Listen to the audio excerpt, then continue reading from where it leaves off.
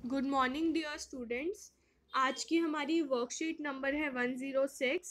ये second class की English की वर्कशीट है और आज की डेट है 11 नवंबर। तो बच्चों, आज हम इंग्लिश की वर्कशीट में यूनिट 6 शुरू कर रहे हैं। और यूनिट 6 में हम कौन सी स्टोरी करने वाले हैं? Curly Locks and the three bears. ठीक है बच्चों, ये आपके सेकेंड क्लास की जो मैरीगोल्ड की बुक है, ये उसी का यूनिट 6 का जो स्टोरी है। तो ठीक है, हम आज की वर्कशीट करने से पहले एक बार स्टोरी पढ़ लेते हैं ताकि हमें वर्कशीट करने में कोई प्रॉब्लम ना हो। तो ठीक है, तो हम पहले आज की जो है ये स्टोरी पढ़ते हैं। तो बच्चों, ये है हमारी story Curly Locks and the three bears. अब कर्ली लॉक्स क्या है? एक लड़की का नाम है, ठीक है। और थ्री बेयर्स यानी तीन भालू। तो चलिए स्टोरी शुरू करते हैं। Once there was a girl with curly hair. एक बार क्या है, एक लड़की थी, एक गर्ल थी विद कर्ली हेयर, जिसके बाल कर्ली थे। कर्ली यानी घुंघराले बाल, जैसे इसके बाल है ना, ऐसे मुड़े मुड़े से, घुंघराले घुंघराले से बाल है इस प्रकार से।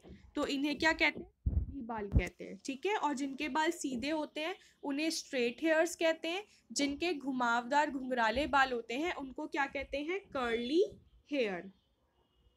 हर नेम वॉज कर्ली लॉक्स। ठीक है, अब उसके बाल घुंघराले थे तो उसका नाम भी क्या था? Curly locks.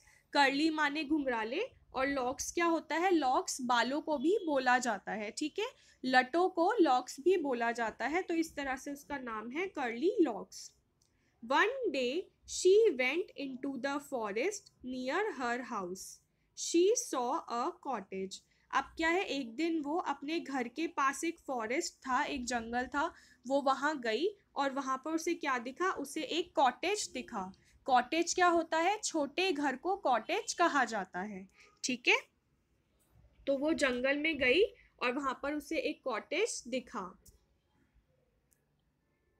Is anybody in? She asked. Is anybody in का मतलब होता है क्या कोई अंदर है? उसने ये पूछा, आस्क माने पूछा। तो उसे जो कॉटेज दिखा वो वहां गई और उसने पूछा कि क्या कोई अंदर है। There was no buddy.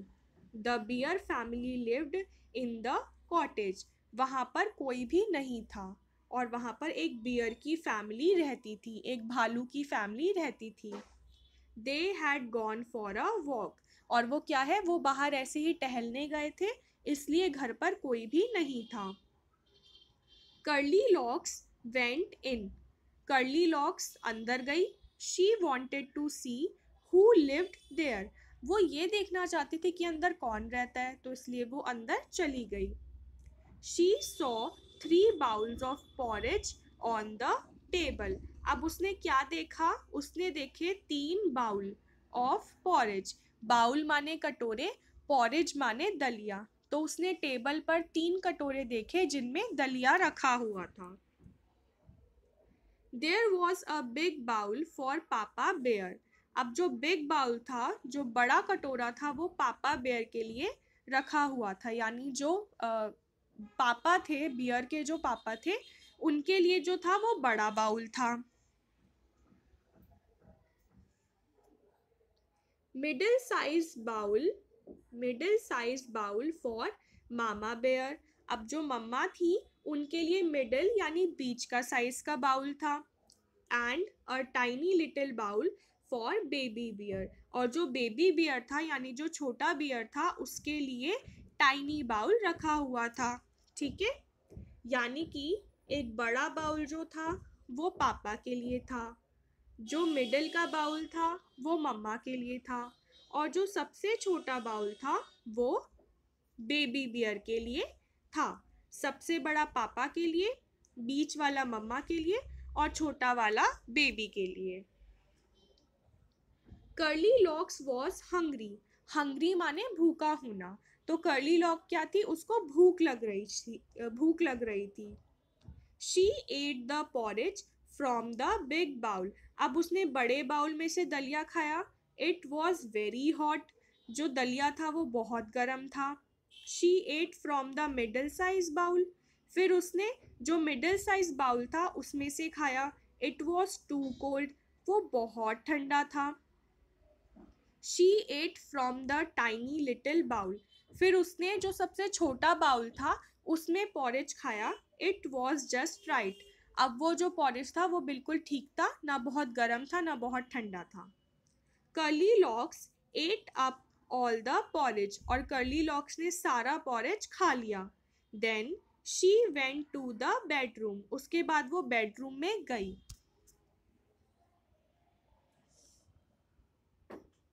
There was a big bed for papa bear. अब पापा बेयर के लिए बिग बेड था. A middle size bed for mama bear. अब मम्मा बेयर के लिए मिडल साइज का बेड था. And a tiny little bed for baby bear. और बेबी बियर के लिए टाइनी यानी कि छोटा बेड था. The big bed was very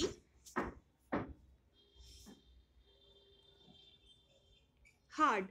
जो बिग बेड था वो बहुत हार्ड था, बहुत सख्त था. The middle size bed was too soft. और जो मिडिल साइज का बेड था वो बहुत ही ज़्यादा सॉफ्ट था. But the tiny little bed was just right. लेकिन जो टाइनी लिटिल बेड था, जो सबसे छोटा बेड था, वो उसके लिए जस्ट राइट था. ठीक है. अब क्या है बच्चों, बियर भी छोटा है, बियर भी बेबी है, और कर्ली लॉक्स भी क्या है, छोटी बच्ची है. तो इसीलिए उसको मम्मा और पापा वाला जो पॉरेज था और जो मम्मा और पापा वाला बेड था वो उसको ठीक नहीं लगा. लेकिन जो बियर है और जो कर्ली लॉक्स है वो सेम एज के हैं, इसलिए उनको सेम सेम जो पॉरेज बियर के लिए था उसको वो ठीक लगा. और जो बेड बियर के लिए ठीक था, छोटे बियर के लिए ठीक था, वही बेड उसको भी ठीक लगा. तो क्या है कि दोनों सेम एज के हैं, दोनों बच्चे हैं, इसलिए उसको बेबी बियर वाली चीजें ही पसंद आ रही हैं. Curly locks fail asleep in the tiny little bed. अब क्या हुआ, टाइनी लिटिल बेड उसको अच्छा लगा था, तो वो जैसे ही उस पर लेटी तो वो सो गई. The bear family came back. अब इतने में क्या हुआ, जो बियर की फैमिली थी, जो भालू की फैमिली थी, जो बाहर टहलने गए हुए थे, वो क्या हुआ, वो वापस आ गए. Somebody ate my porridge, shouted पापा. अब क्या हुआ, जो पापा थे उन्होंने चिल्लाया कि किसी ने मेरा पॉरेज खा लिया है. Shouted पापा बियर इन his big gruff voice. अब उसने अपनी बड़ी सी ग्रफ सी वॉइस में बोला, भालू जैसी वॉइस में बोला कि किसी ने मेरा पॉरेज खा लिया है. Somebody ate my porridge too, said mama bear. अब मामा बेयर ने बोला कि किसी ने मेरा पॉरेज भी खा लिया है. Somebody finished all my porridge, said baby bear in his tiny little voice. अब जो बेबी बियर है उसने भी बोला कि मेरा तो सब किसी ने सारा ही पॉरेज खा लिया.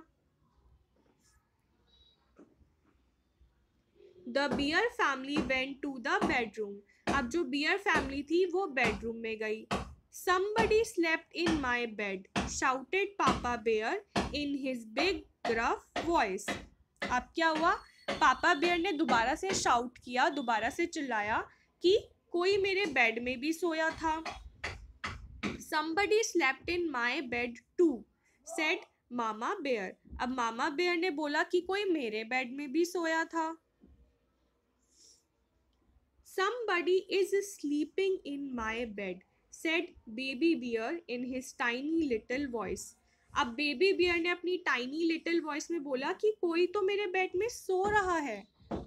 ठीक है, पापा ने बोला कि मेरे बेड पे कोई सोया था, मम्मा ने बोला कि मेरे बेड पे कोई सोया था, और बेबी बियर ने बोला कि मेरे बेड में कोई सो रहा है. Curly lock woke up. She saw the three bears. अब क्या हुआ, इतने में कर्ली लॉक क्या हुई, woke up यानी कि जाग गई. तो उसने क्या देखा, उसने 3 बेयर को देखा. She jumped down and ran out of the cottage as fast as she could. अब क्या हुआ, उसने जंप करा और वो कॉटेज से बाहर भाग गई. ठीक है, जल्दी से वो भाग गई. As fast as she could का मतलब जितना जल्दी उससे हो सका वो उतनी जल्दी, उतनी ही तेज दौड़कर वहां से भाग गई. ठीक है, तो ये थी कर्ली लॉक्स और 3 बेयर्स की स्टोरी। तो हमने ये स्टोरी पढ़ ली। अब हम इसकी वर्कशीट देखते हैं, ठीक है। तो बच्चों, हमने Curly Locks and 3 bears story पढ़ ली। अब हम इसकी वर्कशीट शुरू करते हैं, लेकिन पहले आपको अपना नाम लिखना है और अपने टीचर का नाम लिखना है, फिर वर्कशीट शुरू करनी है। Good morning children, I hope you are doing great. Have you ever seen a forest? Today let's visit a forest with a girl name Curly Locks. ठीक है, तो बच्चों, क्या आपने कभी कोई फॉरेस्ट, कोई जंगल देखा है? अगर नहीं देखा है तो कोई नहीं, आज हम कर्ली लॉक्स के साथ जंगल की सैर करेंगे। Hello friends, I am curly Locks. ठीक है, अब वो कह रही है कि हेलो दोस्तों, मैं कर्ली लॉक्स हूँ। आई हैव कर्ली हेयर, मेरे बाल काले कर्ली हैं। One day I went into the forest near my house. एक दिन मैं अपने घर के पास जो एक फॉरेस्ट है वहाँ पर गई। I saw a beautiful cottage, और मैंने एक बहुत ही सुंदर कॉटेज देखा। I was very happy to see it, मुझे उसे देखकर बहुत खुशी हुई। I went inside the cottage but nobody was there, मैं उस कॉटेज में गई पर वहां पर मुझे कोई भी नहीं मिला। Curly Locks has curly hair, Curly Locks के बाल कैसे थे? कर्ली थे, घुंघराले थे। What kind of hair do you have? आपके बाल कैसे हैं बच्चों? क्या आपके बाल कर्ली हैं, घुंघराले हैं, या आपके बाल स्ट्रेट हैं, सीधे हैं? ठीक है, ये आपको देखकर लिखना है कि आपके बाल कैसे हैं। अगर आपके बाल कर्ली हैं तो आपको कर्ली लिखना है, अगर आपके बाल स्ट्रेट हैं तो आपको स्ट्रेट लिखना है।